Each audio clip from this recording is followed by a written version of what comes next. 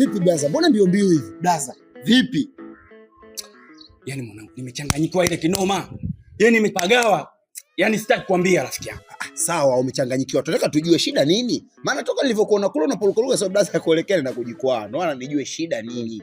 Yaani tokea jana mdogo wangu hajarudi. Na mmejaribu kumtafuta au kujua nini changamoto au shida mpaka asirudi mpaka saa hizi?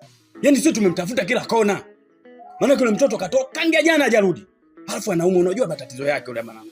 Yaani nimepagawa hapa ile kinoma rafiki yangu.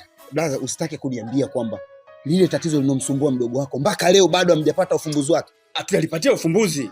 Alafu ule mke wangu ni mzembe kinoma rafiki yangu. Yaani anamwacha tu anatoka. Yaani nimepagawa ile noma rafiki yangu. Blaza, acha hizo bwana. Huo ujinga blaza. Unasemaje ujinga babu? Blaza, badilika. Sasa hivi kuna wataalamu kibao ambao wenye uwezo wa kumsaidia mdogo wako na akakaa sawa. Blaza, unalizika mpaka leo. Mpaka leo hii unashindwa kuhangaika kumhangaikia mtoto anateseka namna hii. Yaani natamani kumpata huyo mtaalamu wa kumtibu mdogo wangu. Yaani nitampa zawadi nono rafiki yangu. Hakuna kinachoshindikana chini ya jua blaza.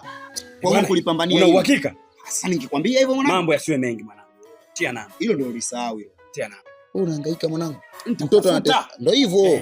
Kuna wakati wengine vitu vingine vinakuwa kwa ajili yenu. Nyie wakubwa ndio wa kumpambania. Haina noma mama. Mimi nitakutafuta. Hamna tatizo. Nitakutafuta. Fresh. Fanya hivyo. Baridi. Kuwa makini sasa. Barabara usio kaenda kajikwaa huko kaumia huko.